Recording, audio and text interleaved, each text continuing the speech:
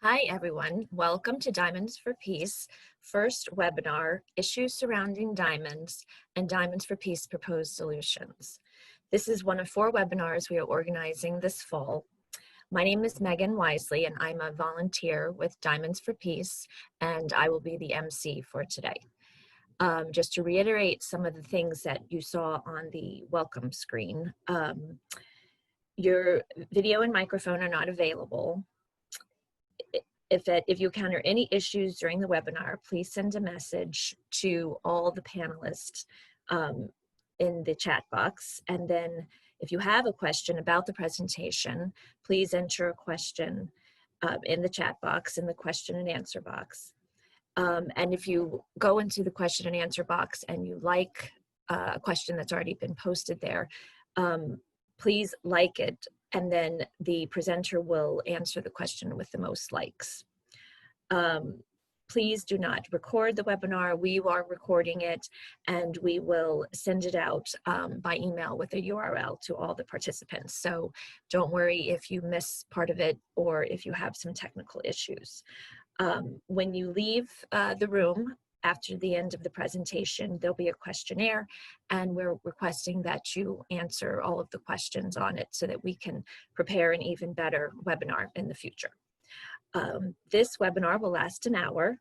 The presenter will talk about 40 minutes, and then we will do the question and answers. And if we see we have a lot of questions, we can extend it a couple of minutes. So today's presenter is Chie Murakami, who is the founder of Diamonds for Peace. And I actually met Chie about 30 years ago when we were in a graduate program at George Washington University in Washington, D.C. So we got to know each other through class time and projects. And we also took a very educational trip to Haiti together. Our second semester, we were there through some contacts that Chie had made a great organization in Haiti. So we were able to have a very eye-opening and interesting experience down there. I have been volunteering with Diamonds for Peace for about 2 years, and I do a lot of proofreading and reviewing of documents for them, their English documents, to help them publish items, and also some papers to submit for funding. So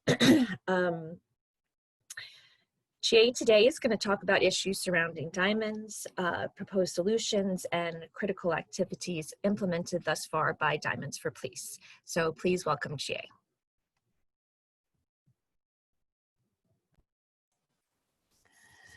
Hi, everyone.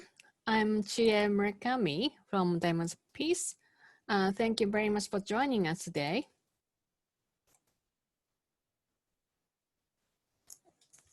So I'm going to talk about the issues surrounding diamonds and our proposed solutions today. Oops. So as Megan explained, I studied international development in Washington, D.C. For my master's degree. And then I worked in Haiti and then in Laos. Then I came back to Japan and worked in the private sector. And then I worked in Kenya with JICA and Japan International Cooperation Agency. So now I run NGO Diamonds for Peace, but I also work as a consultant for international development. So people ask me why I founded Diamonds for Peace. And it was my engagement ring. When I got it from my fiance, I got interest with the diamonds. So I researched on diamonds. And I was so shocked to find out many problems surrounding it. And I started thinking what I could do, because I was in the field of international development. So after a while, I came up with an idea that fair trade principles may be applied to diamonds. So that's why I founded Diamonds of Peace. So the vision for the Diamonds of Peace is to create a world in which all the diamonds are mined, cut, and processed with humanitarian and environmental considerations. And our missions are to improve the working conditions and social status of the workers in the diamond supply chain, and to promote ethics and fairness in the diamond industry. So in 2015, I founded Diamonds of Peace in Japan. We are based in Japan. And then 2016, we founded Diamonds for Peace in Liberia. And we got a special consultative status at ECOSOC at United Nations. And we also joined the Civil Society Network for OECD due diligence guidance for responsible supply chains of minerals. So this is the simplified supply chain of diamond jewelry, starting with the mining, then cutting, polishing, manufacturing, and then selling. So we are working currently with two big stakeholders, which is miners diggers at the upstream, and then to raise the awareness with the consumers and also with the jewelers. So that's our main activities conducting so far. So we would like to have a poll, and I would like to ask you a question. What kind of issues surrounding diamonds do you know? And there's a poll function. So please tick the issues you know. I give you about 10 seconds so that I can have some idea.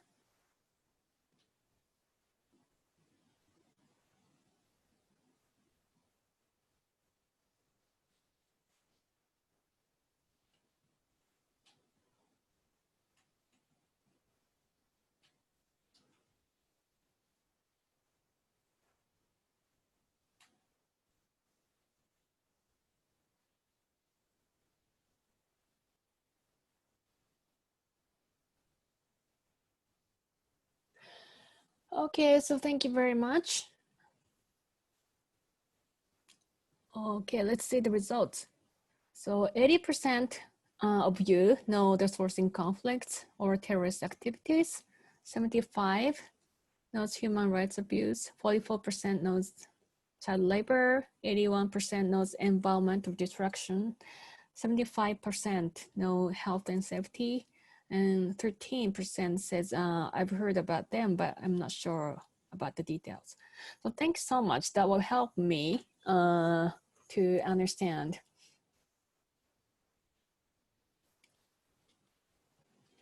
Okay. So there's some types of diamond mining from large scale, then to the small and artisanal scale. And today, what I'm going to talk about is mostly about the artisanal diamond mining, especially in Liberia, because we are working there. And according to the World Bank, 20% of world diamond population and production is from small scale and artisanal diamond mining. And since there's no big diamond mine is opening up, the importance of the small scale and artisanal diamond mining will be bigger in the future. So let's go into the issues surrounding diamonds. So we categorized the issues into several categories. And I would like to start with sourcing conflicts, as many of you know already. So diamonds and the other minerals are used to finance the civil wars and also terrorist activities. And this map shows the countries in which diamonds financed civil wars. So it's starting with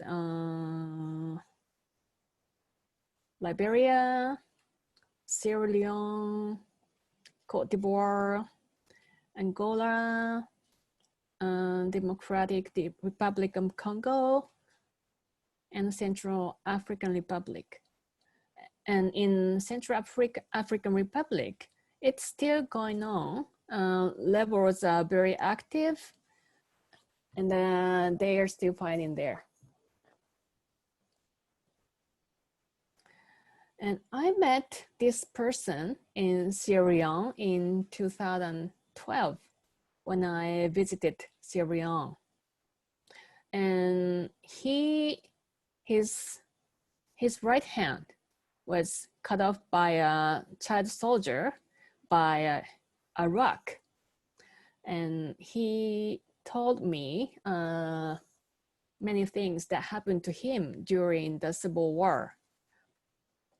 And although the Civil War is over physically, it's very hard for him because he doesn't have the right hand, so he can't work. And it's very difficult for him to live. And he's got a house given by the government, but for these victims, the life is so hard after the Civil War. So we shouldn't forget about people like him. So as some of you know already, there's a Kimberley process certification scheme to prevent rough diamonds from being circulated in the formal markets. And diamond producing countries, the government issues the certificates showing the diamonds is not a counterfeit diamond. And all the exports of rough diamonds have to have this certificate when exported. However, there are many issues on the Kimberley process. I'm not going to the detail today because we'll have another webinar, the third webinar on 28th October about the Kimberley process. So please join us if you're interested in knowing more about the Kimberley process. So if the Civil War happens financed by diamonds, KPCS, so Kimberley process declares embargo. So that means the diamond producing country with the Civil War cannot export diamonds officially. However, mining doesn't stop because the artisanal diamond miners need to survive. And usually the diamond mining is the only way to get their bread. So they usually continue mining. Then those diamonds go to other countries nearby, then go to the international market as if the diamonds are mined in those neighboring countries. So during the embargo on diamonds mined in Central African Republic, about 140,000 carats of diamonds were smuggled to international market through Cameroon, according to the UN experts.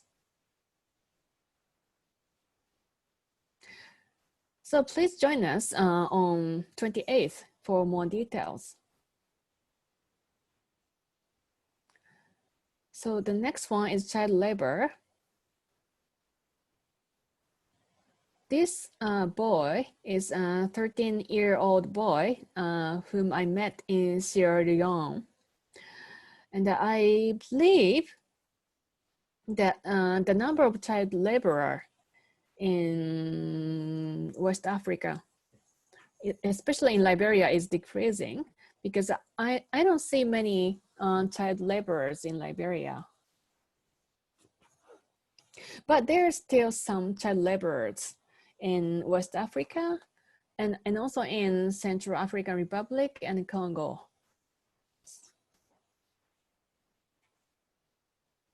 And there are many negative impacts on children working at the mines. And mining is considered as one of the most dangerous work for children.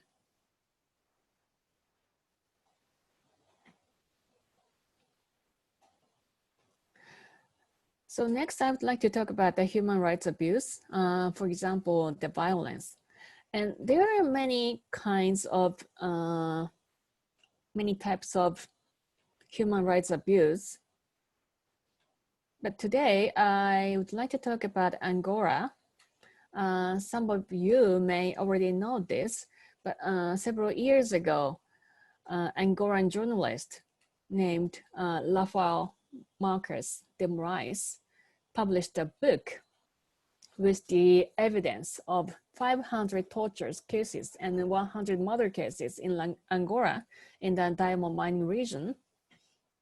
Then initially he published the book in Portugal. And he pointed out the former president dos Santos and higher ranking officers as the masterminds of those tortures and murder cases. So, you know, they get angry and they sued Rafael in Portugal. The court in Portugal didn't, you know, take that case. So what they did was they sued him again in Angola.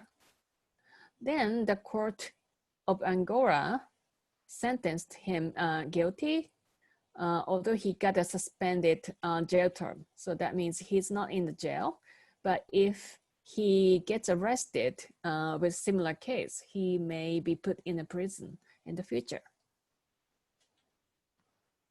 So we also hear the violent cases from Zimbabwe and Congo, Central Africa, those countries.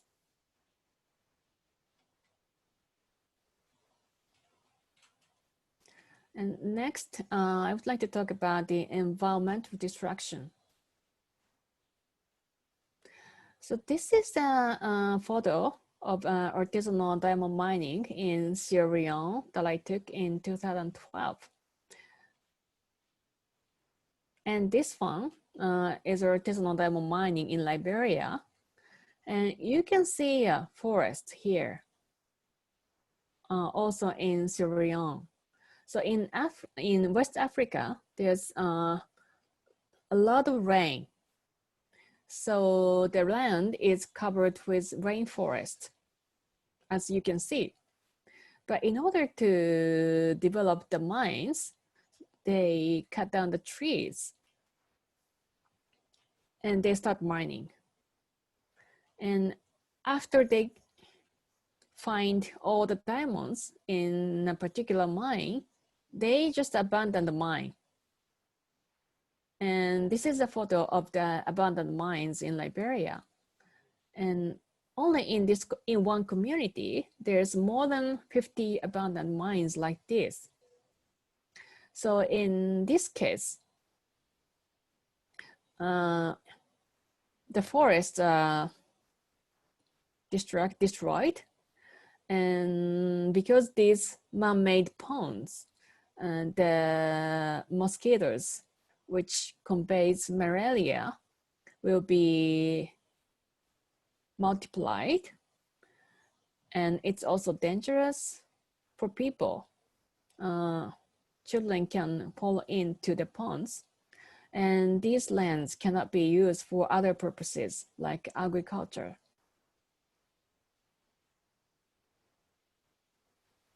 And this is a map showing the deforestation of the Upper Guinean forest. So there's a huge forest in West Africa called Aborigine forest. And in 1975, it was lots of green.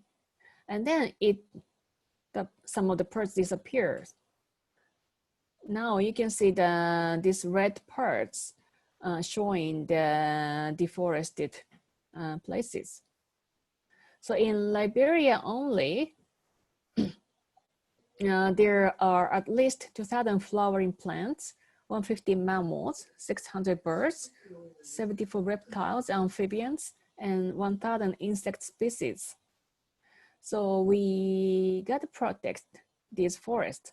And the remaining forests are concentrated in Liberia, as you can see, in the western region and in the eastern region.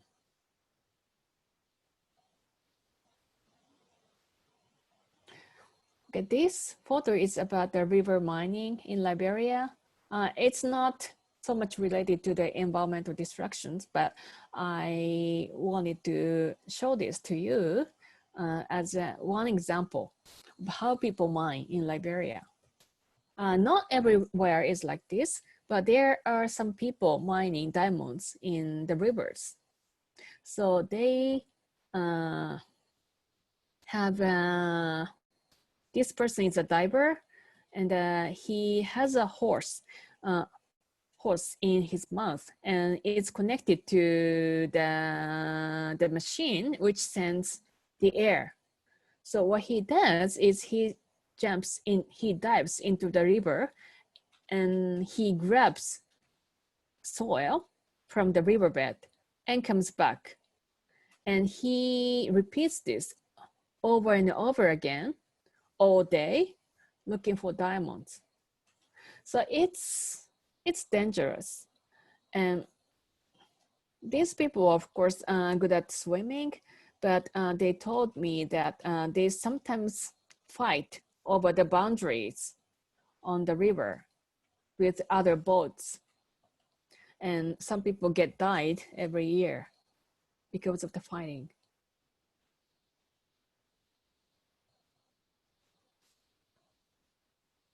So what is the cause for these issues? We think one of the main causes is the extreme poverty that the miners and diggers are facing.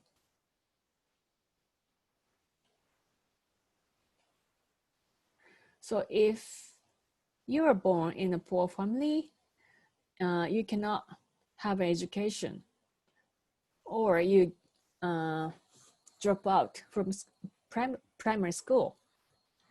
So you are not skilled. So you just need to do the manual labor, like mining. And manual labor doesn't pay you well. So you become adults, get married, have family, and this, goes around and around. And this poverty will be passed on to the next generation. So according to the World Bank, about 13 million artisanal miners are in poverty worldwide. So if one miner supports 8 family members, which is average in a diamond mining community in Liberia, so many people, more than 1 billion people are affected by this situation.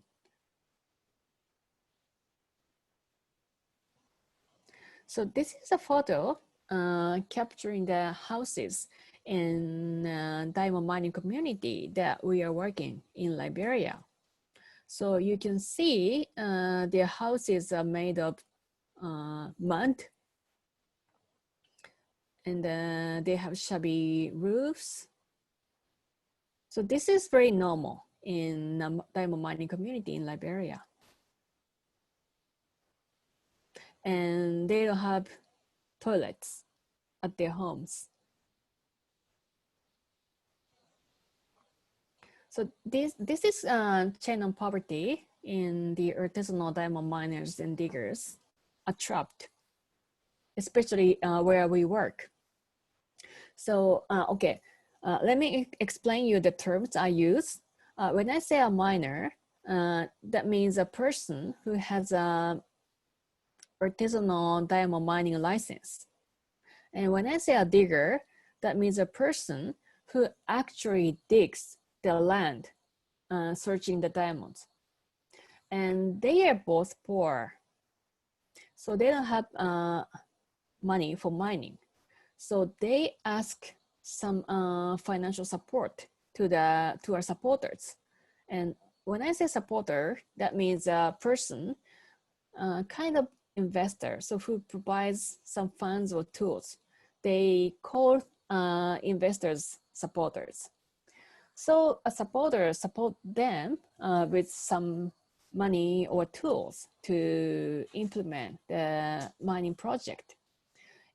In return, they have to sell their all the mined diamonds to their supporter by the supporters asking low price, and they don't have any bargaining power because the miners are usually working individually, although diggers are working in a group. And they don't have any knowledge on the diamonds, and they don't even know what diamonds are used for. And when I visited Liberia last year, they were so curious what the diamonds are used for. So I explained to them that the gem diamonds are used to make jewelry. And it was the first time for them that they learned what the diamonds are used for.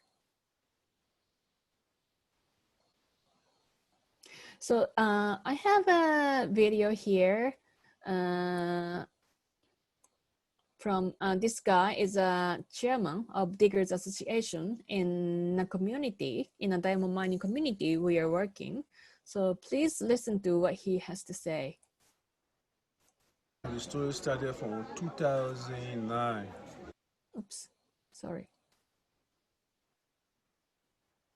The story started from 2009.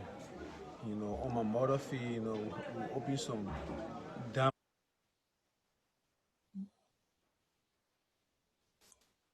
era. There was a man who needed support by the name of Soare. You know, he makes some expensive in the pay that require 900 US dollar. But we got some diamond that almost to 615 pieces of diamond. So yeah, but the 650 pieces of diamond, the biggest diamond that was there that required 80 carat one stone. Okay, in that case, other remaining pieces because the other balance pieces we got 10 carat, 15 carat, 20 carat, more than 15 pieces among the diamond. Yeah, all the way to 3 carat diamond. So, but within that cases, so we decided to carry the diamonds in Morofia to go sell. In 2000, at that time, it was a man by the name of Minister Fire. He was a minister. Okay, then we said it, we pressed the diamond, the banner 130 pieces of diamond that require, that weigh all together, that cost 150 carat diamond, 103 pieces weigh 150 carat diamond.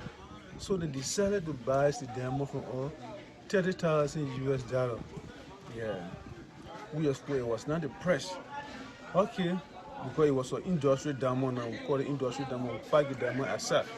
So the one stone diamond that required 80 carat diamond, we took the diamond to the office to go sell. We as the supporter. The supporter said the diamond will weigh, the diamond will worth for 150,000 US dollar. So we begin to murmur on the, begin to argue on the diamond price. From one thing to another, guys, one of my best friends that came to me and made me to understand that I said, Mohammed, they said the diamond is valued for $1.5 million. So we're discussing, yeah, so we're discussing it, $1.5 million. So I had, or I informed my boys on it. I said the diamond is valued because somebody already tell me the value of the diamond, but in doing so, he made me to understand that I should give him 10% of my share when he gave me the idea. So okay, I said, okay, but then we'll do that business when it comes to 1.5 million, and then I will and I will give you the 10%. So located and I went by his RDS. When we got to the office, yeah, to the Ministry of Lesson, man, Minister fired me out to understand that the demo is valued for 150,000. Yeah, so we start arguing on the demo. So he insisted the demo for 3 days. When we get back there, there were a whole lot of brokers, dealers that were sitting together. Yeah, while sitting together, and then they say everybody should make their press. I said, no, I'm the demo owner and I represent the demo boy. The demo boy said I should sell the demo for them, and I was a Mano that represented Mano, and I represented demo because the demo boy will not know the price of the demo.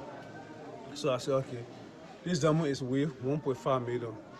Yeah, from one thing to another, arguing over the price until they say the demo was worth for 500,000, which is half a million. Okay, this demo here, because more people have already come in.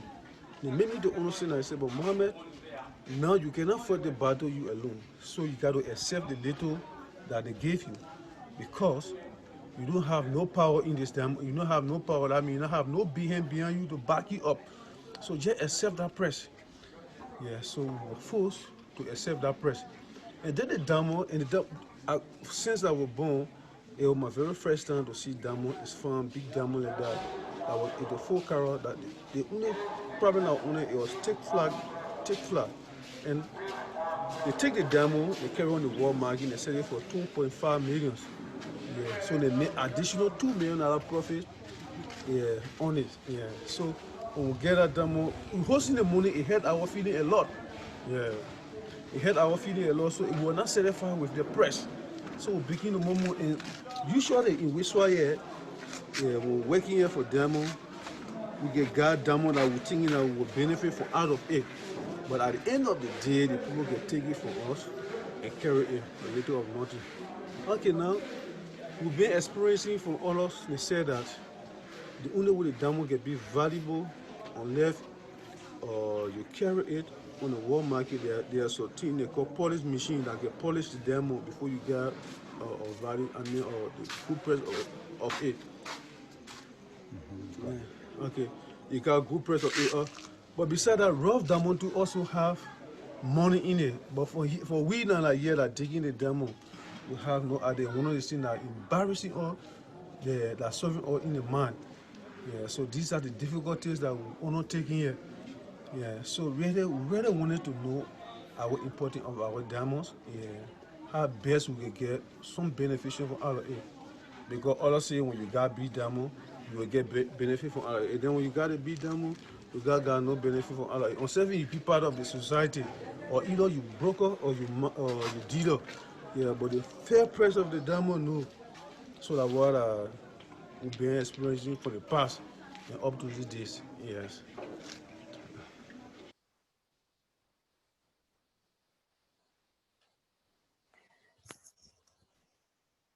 So hope you could hear his story. So what I hear most from the miners and diggers on the ground are that we don't want to depend on supporters. And we want to run our mining project by our own money. And we want to know how to value diamonds.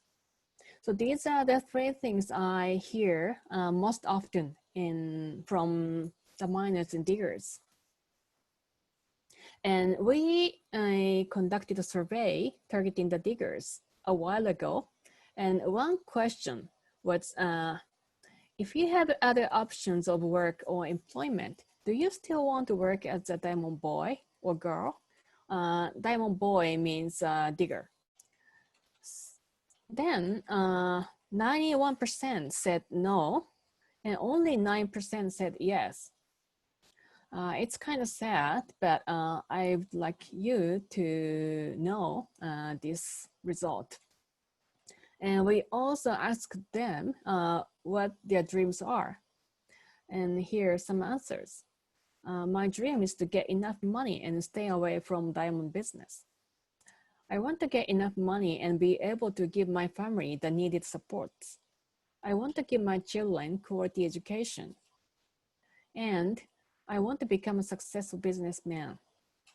So almost all, the majority of the diggers complained the situation they are put in, and they have dreams other than diamonds. Most of them, not everybody though.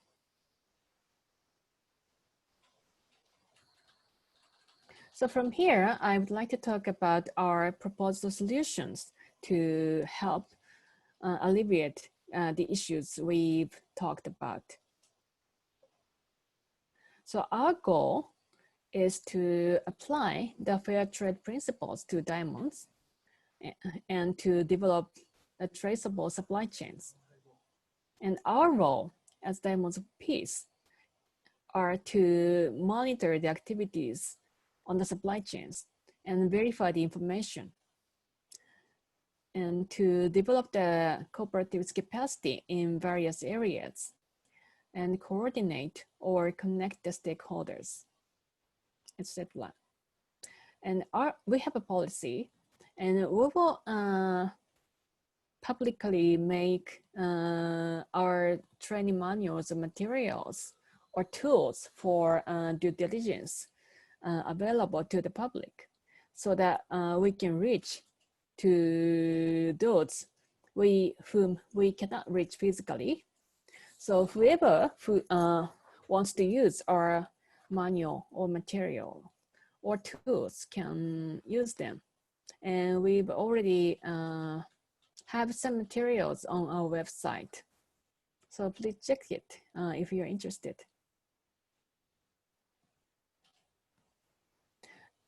And this is our proposed interventions in generally speaking. And we identified some contributing factors for exploitation and environmental degradation. So the main factors are individual mining and no records, an unfair process of distributing profits, and miners, diggers are not informed about their labor and human rights, and the importance and necessity of protecting the environment. And they are not educated on the true value of diamonds, and they are not accustomed to be democratic. Although Liberia is supposed to be a democratic country. So our proposed intervention can be categorized into three big activities. And the first one is to raise their income. So we will develop and provide trainings on efficient mining skills by minimizing environmental damage. And we also provide a training on profitable side business like beekeeping, because artisanal diamond mining is a very risky and unstable business, because they don't know when they can find what kind or what size of diamonds. So sometimes they get nothing. So we think they need a stable income. And in Liberia, they have a rainforest, and there's another NGO which provides the training on beekeeping. So we decided to provide the beekeeping training as a good side business, because there's already a company which buys all the harvested honey. And we will create, the second activity is to create a channel to sell diamonds at better price.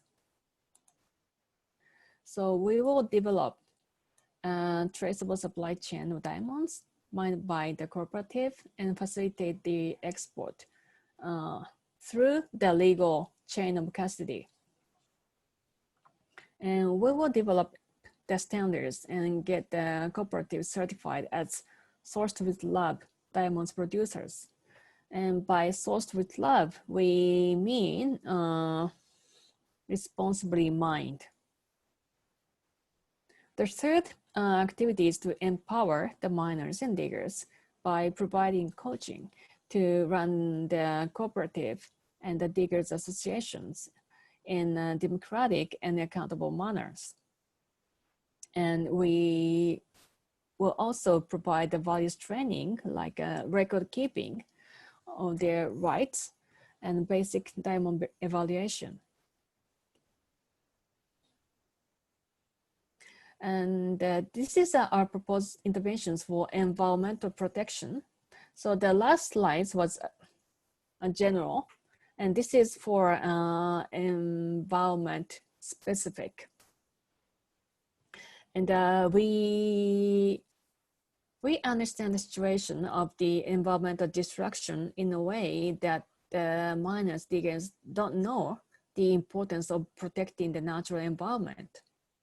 And they don't know the mining methods to minimize the environmental damage and also how to close the mines. And they are also in extreme poverty.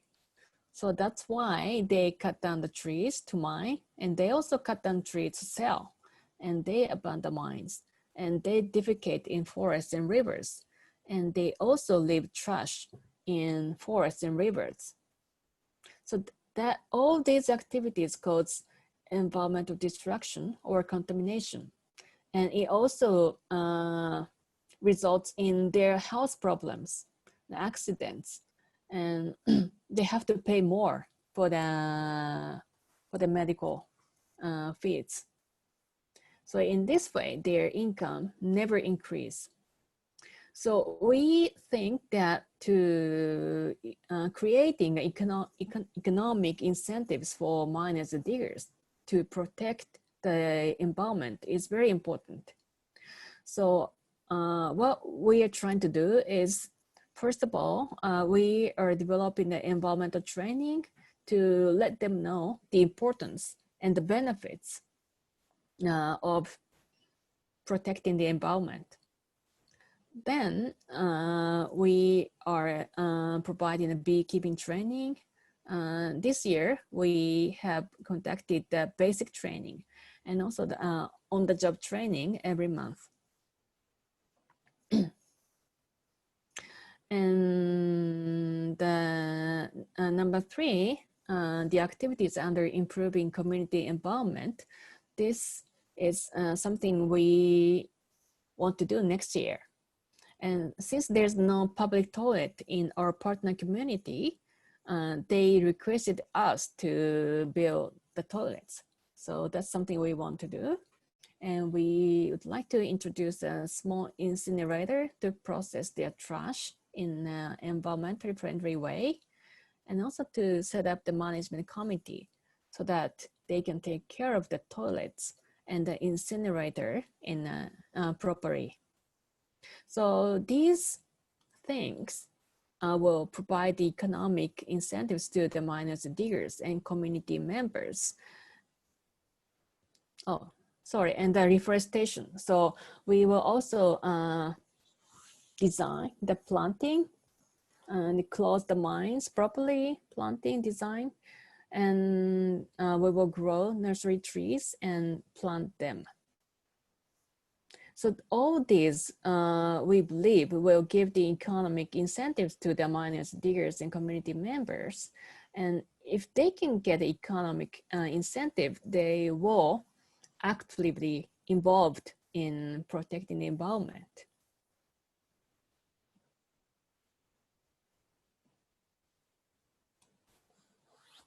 And I just like to introduce our criteria to select a partner community. We are currently working with one artisanal diamond mining community, and we selected that community out of 4 based on these criteria. So our criteria are the community needs to have a certain amount of diamond yield because it's a diamond mining cooperative. And miners are willing to organize themselves into a cooperative. And diggers are willing to organize themselves into a diggers association, which will be a part of the cooperative. And women are allowed to enter the diamond mines. Okay, sometimes in some communities in Liberia, where women are not allowed to enter the diamond mines. So when I visited some communities in the western region of Liberia, I was refused to get in. And these women things come from mostly from Muslim mining communities. Not all the Muslim mining communities, but some of them don't allow women. Although women can be miner, I mean the license holder, but even a woman has a mining license, she's not allowed to enter her own diamond mine in some communities. And the community has had its own community improvement project, like fixing the wells or building community town hall or radio station or fixing the bridge, anything is fine. And the stakeholders in the community show commitment to work with Diamonds for Peace Liberia. So for example, we requested them to write a request letter and also to hold meetings to organize themselves. We requested them to do these things because we believe that the ownership is the most important factor to make the project successful. So what we requested them doesn't cost anything. For example, writing a letter doesn't cost anything, or holding meetings don't cost anything to them.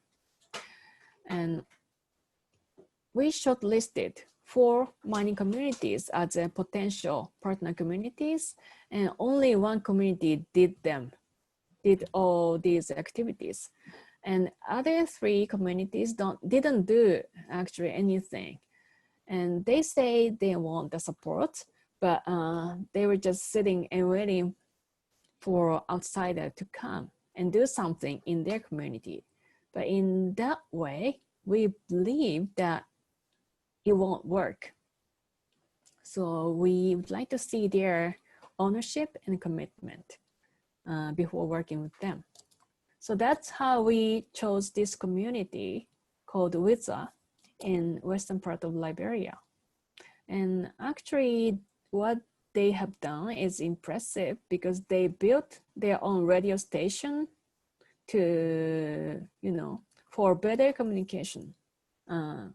And they also built the community town hall and also fixed the bridge with their own money. Cooperative. But their policy is to organize the miners only. And by miners, that means license holders. But on the supply chain of the diamonds, the diggers are the most vulnerable and most exploited group of people, we believe.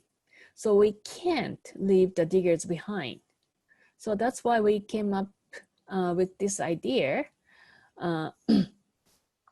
So in a cooperative, there are individual members, and they can also have a group members.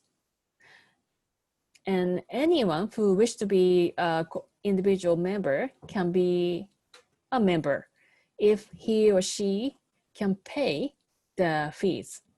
Actually, that fee is a little expensive for diggers because the majority of the members for the cooperative is minor. So they set the fees for cooperative. So many diggers can't afford the fees. But if they're organized in a diggers association, their representatives will represent the diggers in a cooperative. And there are other groups in the community, such as a women's group or a youth group. So those groups can also be represented in a cooperative. So that's what we are proposing, and our partner community embraced this idea. So this is how things are working there.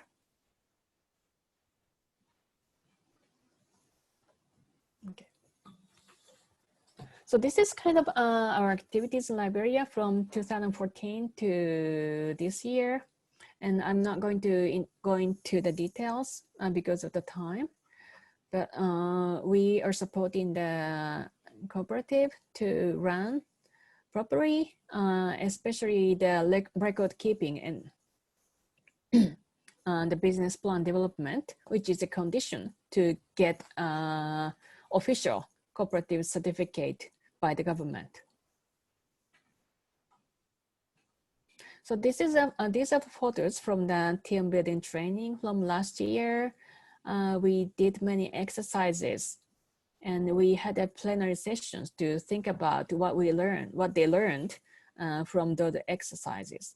So they enjoyed a lot and they said they learned trust, working together, importance of communication, that kind of things. And also the right to speak out. This is a photo of a trust fall, and they enjoyed this exercise very much. And these are the photos that we are coaching to the cooperative and having the meeting with the Diggers Association. And it's very difficult, and the challenge is to keep the proper records because the majority of the cooperative members have not completed the primary school. So they can't write or read adequately. And they have a tendency like, oh, it's secretary's job or it's somebody else's job. So we always stressed that the job for the cooperative needs to be done collectively with all the members. And this is a recent photo that our staff, our local staff is supporting the cooperative compiling the financial report, which is very difficult for them actually to do. And we also conducted the COVID-19 emergency assistance. We provided hand washing buckets, soaps, masks, and we also donated BP cuff and thermometer and mask to the clinic. So thank you so much for those who donated to this emergency assistance. They are really grateful and they are using what we provided. Okay, so it's time for Q&A. So if you have questions, please enter in the Q&A box. Okay, thank you so much, GA, for that very educational and enlightening presentation. So we can take a moment here if you want to go to the Q&A box and enter any questions that you might have from the presentation, or just anything that you would like to ask GA about Diamonds for Peace.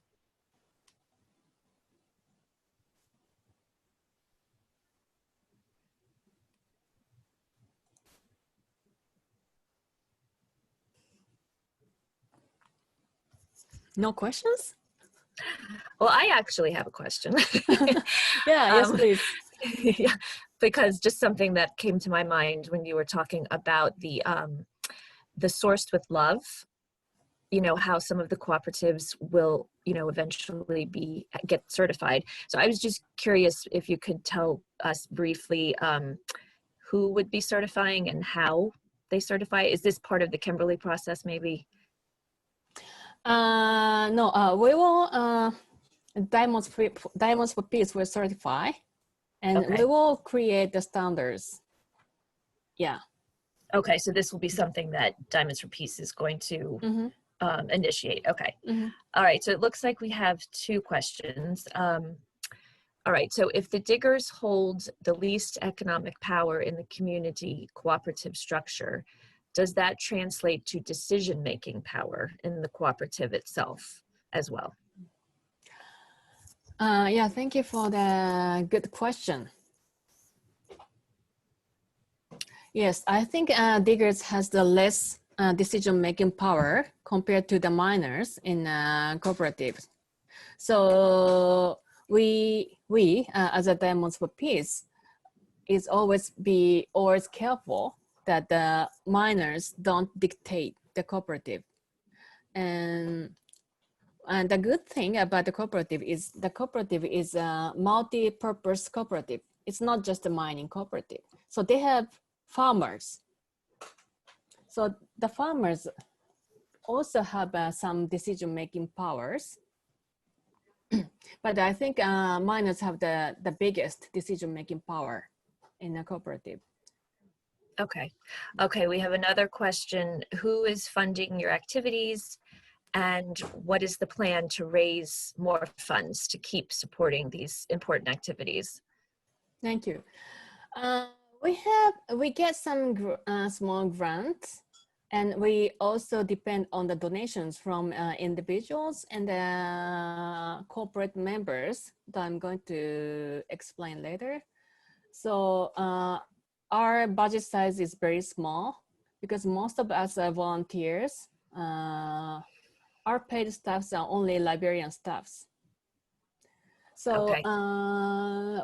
our plan, yeah, we are applying. We are constantly writing a proposal to potential donors. So let's see how it goes. Okay. All right. One more.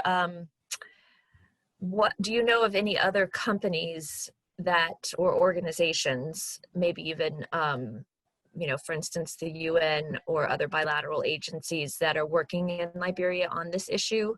And, you know, can you partner with them, I guess? What I'll add to the question. Their company, about company, I'm not sure, but there's a GIZ, the German development agency, which is active in this area, but they're mostly on the policy side. Okay. Yeah. Okay. And, all right. We let's see. I think we have time for one more.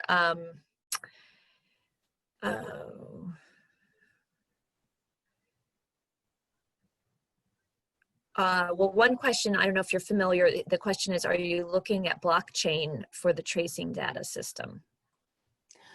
well, not sure yet. Of course, we are looking at the blockchain, but we may use another system. Yeah. Okay.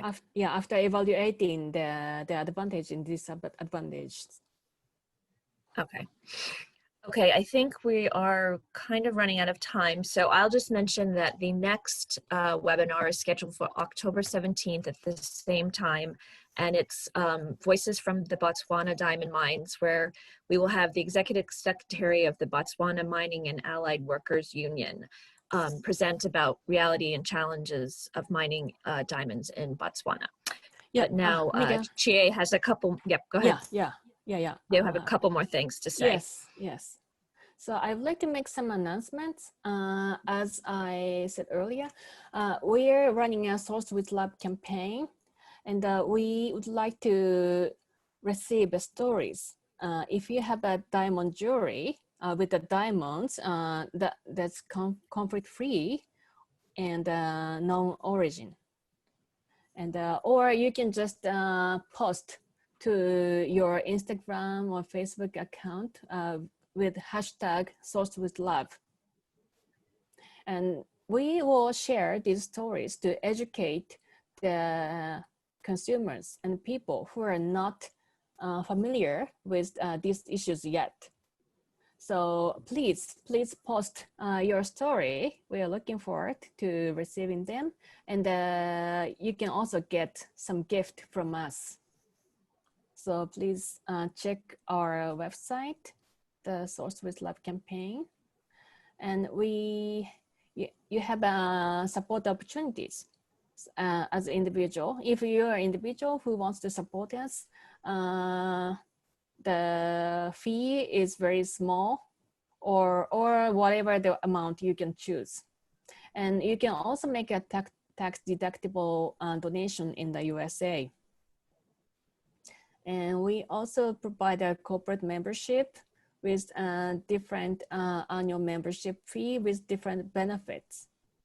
And we are thinking to give the first preference to purchase the diamonds from Liberian Cooperative in the future, if you are a corporate member. So please become our corporate member if you are not yet. And thank you to those who are already the members. We really appreciate it. And we are also looking for volunteers. These are the areas we need at the moment: proofreading, organize events or webinars, or writing posts or articles, or design or illustration. So you can register at our website. And if you have any opportunities for DemoSpeed to speak at your event or webinar, please let us know through this email. And these are our future webinars. So we have other 3 webinars. So the second one is from Botswana Diamond Mines, as Megan said. And the third one will be the Voices from Kimberley Process Civil Society Coalition on 28th October. Then number 4 is Emerging Technology for Transparent Supply Chains on 31st October. And you can register yourself at Eventbrite. And the last announcement is by the Chicago Responsible Jewelry Conference.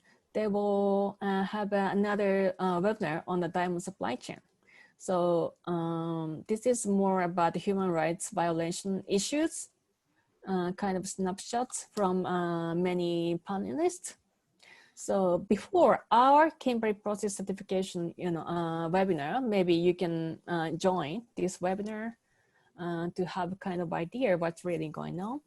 And then you can join our webinar on 28th to deepen your understanding. So thank you once again very much for your participation, and your answers to the survey will be very, very helpful to us. So thank you once again, and thank you to Chie. Thank you so much. And I will answer the questions by email. Thank you so much for joining us today. Thank you.